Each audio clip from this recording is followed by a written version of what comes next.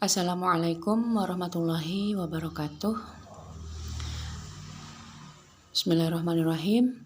Yang terhormat Bapak Fikri Farihin, MPDI, selaku dosen pengampu materi tafsir Tarbawi. Perkenalkan, nama saya Lailatul Rafiah, NIM 202109648385. Di sini saya akan memaparkan kembali materi tafsir Tarbawi yang telah diterangkan oleh Bapak Fikri Farihin. Tafsir Tarbawi ialah materi yang menghubungkan ayat-ayat Al-Quran dengan pendidikan, yang mana pendidikan di sini berperan sangat penting bagi kehidupan. Pendidikan di sini ada dua, yaitu pendidikan Islam dan pendidikan umum. Perbedaan pendidikan Islam dan pendidikan umum yaitu pendidikan Islam selain mengajarkan ilmu umum, di sini juga lebih mengedepankan keimanan dan ketakwaan kepada Allah sebagai pegangan hidup. Namun, bila pendidikan umum hanya sebatas memberikan materi umum saja tanpa adanya unsur keislaman. Nah, di sini saya akan memaparkan kembali tentang tafsir yang berkaitan dengan kewajiban belajar mengajar. Yang pertama, Quran Surah Al-Alaq ayat 1-5. A'udzu billahi minasyaitonir rajim. Bismillahirrahmanirrahim. Iqra bismi rabbikal ladzi khalaq. Khalaqal insana min 'alaq. Iqra wa rabbukal akram. Alladzi 'allama bil qalam. 'Allamal insana ma lam ya'lam. Shadaqallahul azim. Artinya, bacalah dengan menyebut nama Tuhanmu yang menciptakan. Dia telah menciptakan manusia dari segumpal darah. Bacalah, Tuhanmu Maha Pemurah, yang mengajar manusia dengan perantaraan kalam. Dia mengajar kepada manusia apa yang tidak diketahuinya. Nah, tafsir dari ayat 1-5 dari surah Al-Alaq tersebut ialah yang pertama, kata Iqra, bacalah. Maksud dari kata Iqra di sini ialah perintah Allah kepada umat manusia agar membaca. Karena perintah ini tidak terdapat objeknya, maka bisa dikatakan bahwa apa yang dibaca itu dapat bersifat umum, yakni meliputi yang terlihat atau yang tersurat, yaitu Al-Quran, atau yang tersirat, yakni alam semesta, yakni ayat-ayat kauniyah. Kata Iqra yang bermakna bacalah ini mengandung arti bahwa umat Islam seharusnya pandai membaca dan menulis, yakni dengan cara menyelenggarakan pendidikan sekolah. Lalu bahwa umat Islam di sini juga harus antusias dan semangat dalam membaca sebagai cara agar dapat mengembangkan ilmu pengetahuan. Lalu kata alaqah yang berarti segumpal darah. Allah menciptakan manusia dari segumpal darah yang menjijikkan, yakni ayat ini mengingatkan agar manusia tidak sombong, senantiasa rendah diri, walaupun dirinya cerdas dan berprestasi, tapi tetap harus rendah diri, yakni menyadari bahwa ilmu yang dia dapat ialah dari Allah. Lalu kata akram, yang berarti maha pemurah atau maha mulia. Allah memerintahkan membaca agar manusia dapat memiliki ilmu yang banyak. Lalu dengan ilmu tersebut manusia akan menjadi mulia. Nah, lalu dengan ilmu tersebut pula manusia dapat memuliakan sesamanya. Nah, disitulah pentingnya pendidikan. Lalu ayat alladzi 'allama bil qalam maksudnya adalah Allah menciptakan alat yang dapat dijadikan pena sebagai manusia untuk mencari ilmu atau mengajarkan kembali. Jadi, seorang guru harus bisa menjadikan berbagai alat atau media sebagai media pembelajaran agar anak didiknya bisa lebih semangat dalam menerima ilmu, seperti itu. Lalu, 'allamal insana ma lam ya'lam, maksudnya dengan membaca dan menulis maka pengetahuan manusia ini akan berkembang.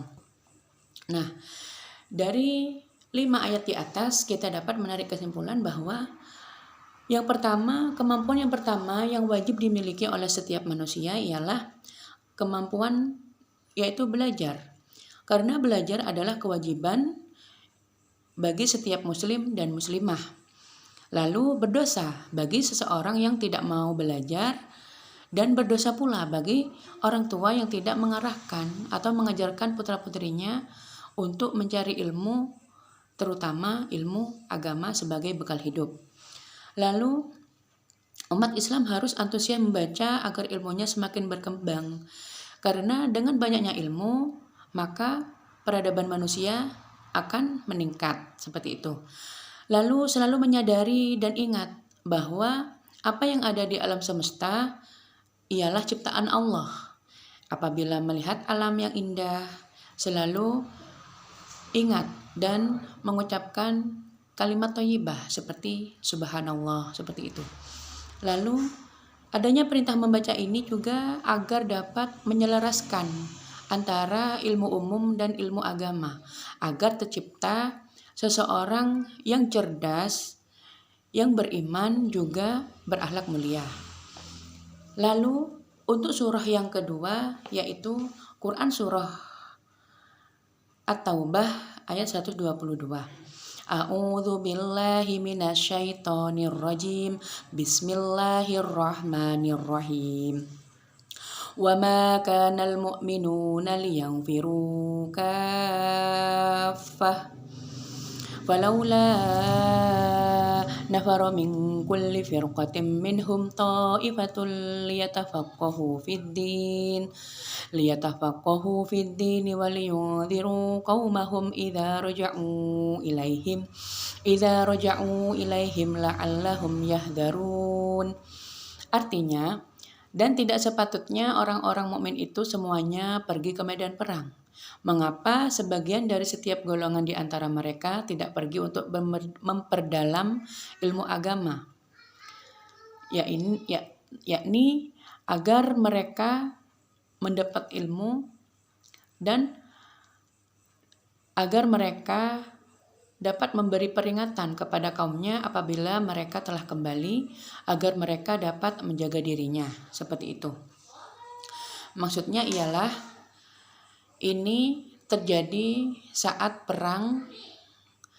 Nah, jadi perintah Allah itu tidak seharusnya semuanya ikut berperang. Jadi beberapa ada yang mencari ilmu, memperdalam ilmu agama.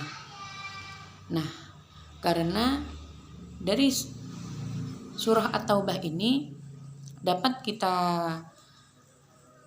tarik bahwa terdapat nilai pendidikan yang pertama yaitu mempelajari ilmu agama dan ilmu umum, dan juga mengembangkannya itu ialah sama, artinya konteksnya sama seperti berjihad. Maksudnya di sini ialah seseorang yang berjihad untuk berperang dengan seseorang yang mencari ilmu itu di mata Islam sama-sama berjihad. Jadi apabila salah satunya mengalami meninggal dunia, jadi itu bisa dikatakan mati syahid, seperti itu. Lalu umat Islam juga perlu memfokuskan perhatiannya agar dapat mengembangkan ilmu umum, namun tidak melupakan ilmu agama, yaitu agama Islam, untuk meningkatkan moral dan spiritualnya dalam hal ibadah. Lalu pengembangan ilmu pengetahuan dimaksudkan untuk meningkatkan keimanan dan ketakwaan kepada Allah. Nah, caranya dalam pendidikan Islam kita bisa mengajarkan anak didik kita dengan, walaupun kita bercita-cita tinggi seperti ingin jadi polisi, namun tetap polisi yang taat beragama, taat beribadah, seperti itu, berbuat baik kepada orang tua, kepada sesama, seperti itu. Lalu untuk tafsir yang selanjutnya yaitu Quran surat Al-Mujadalah ayat 11. A'udzu billahi minasyaitonir rajim. Bismillahirrahmanirrahim. Ya ayyuhalladzina amanu idza Ya ayyuhalladzina amanu idza qila lakum tafassahu fil majalisi fafsahu yafsahillahu lakum wa idza qila anshuzu fanshuzu yarfa'illahu alladzina amanu minkum walladzina utul ilma darajat wallahu bima ta'maluna khabir. Yang artinya, wahai orang-orang yang beriman, apabila dikatakan kepadamu, berilah kelapangan di dalam majelis-majelis, maka lapangkanlah. Niscaya Allah akan memberi kelapangan untukmu. Dan apabila dikatakan, berdirilah kamu, maka berdirilah. Niscaya Allah akan mengangkat derajat orang-orang yang beriman di antaramu, dan orang-orang yang diberi ilmu beberapa derajat. Dan Allah maha teliti apa yang kamu kerjakan. Nah, maksud di sini ialah kata tafassahu, yakni yang berarti berlapang-lapanglah dalam majelis, yaitu memberi tempat bagi semua orang atau semua kalangan untuk dapat merasakan ilmu pengetahuan tanpa membeda-bedakan. Lalu tafassahu juga berarti lapangkanlah, maksudnya memberi kesempatan untuk orang lain dalam mengenyam pendidikan, tidak memonopoli suatu pihak tertentu. Lalu yafsahillahu lakum, maka lapangkanlah. Maksudnya ialah memberikan tempat kepada orang lain untuk ikut serta dalam pendidikan. Nah, tidak membatasi, semua orang boleh. Itu adalah demokrasi. Nah, seperti itu. Dan apabila kita memberikan kesempatan kepada orang lain, itu bukan merugikan, namun malah lebih mencerahkan. Nah, seperti itu. Lalu wa idza qila ngsuzu fangsuzu, maksudnya ialah bangun dan pergilah, meninggalkan majelis agar dapat bergantian dengan orang lain, seperti itu. Jadi kita bergantian dengan orang lain. Jadi orang lain pun bisa merasakan ilmu yang telah kita dapat juga, seperti itu, agar bisa merata. Nah, lalu niscaya Allah akan meninggikan derajat orang-orang yang beriman di antara kalian dan orang-orang yang diberi ilmu pengetahuan beberapa derajat. Dan Allah maha mengetahui apa yang kalian kerjakan, yakni yang dimaksud ialah Allah mengetahui dan melihat bahwa dengan kita berilmu, kita beriman, itu adalah suatu bukti atau implementasi bahwa kita itu mengamalkannya, seperti itu.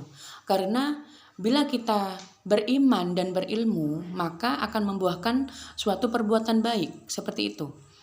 Jadi apabila tidak ada perbuatan baik atau seseorang itu sering berperilaku buruk, maka tidak ada iman dan ilmu di dalamnya. Nah, lalu pengimplementasian dalam mengajar kepada anak-anak, yaitu kita tidak boleh membeda-bedakan kepada anak didik kita, tidak boleh menganak emaskan. Jadi agar tidak terjadi kesalahpahaman.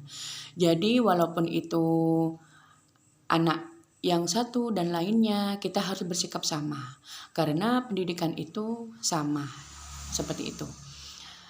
Dan janji Allah kepada orang-orang yang beriman dan yang mencari ilmu ialah Allah akan memberikan kepada mereka beberapa derajat, seperti itu. Baiklah, terima kasih. Apabila ada kesalahan atau kekurangan, saya mohon maaf. Saya kira cukup sekian pemaparan dari saya. Terima kasih kepada Bapak dosen. Saya ucapkan wassalamualaikum warahmatullahi wabarakatuh.